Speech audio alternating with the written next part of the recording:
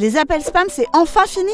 Je t'explique. En 2025, c'est plus de 19 000 appels frauduleux qui ont été dénoncés sur l'Arcep. Et c'est de pire en pire. Nous, ce qu'on mesure, c'est qu'un numéro inconnu, ça a à peu près 10% de chance d'être décroché. Ça empêche nos clients de prendre des appels qui étaient légitimes et dont ils auraient eu besoin. Et puis, cette situation, elle a aussi des conséquences pour les entreprises. Comme les clients ne décrochent plus les appels, les entreprises n'arrivent plus à joindre leurs clients pour des appels qui sont absolument légitimes. C'est pourquoi Orange travaille à une solution pour nommer les appels. C'est tout simple, le nom de l'entreprise va s'afficher au moment de l'appel et plus tard, il y aura aussi le logo qui apparaîtra ainsi que la raison de l'appel. Mais au fait, comment être sûr que ce soit une vraie entreprise qui nous appelle ? On veut surtout pas que cette solution puisse être détournée par des fraudeurs pour pouvoir usurper le nom d'une marque. Ça pourrait avoir des conséquences dramatiques pour nos clients. On s'appuie pour ça sur 3 piliers, la vérification des informations qu'on a sur les entreprises, le fait d'authentifier en temps réel les numéros des appels qu'on reçoit sur notre réseau et enfin la vérification dans notre base de données anti-spam et qui nous donne des informations très importantes sur la réputation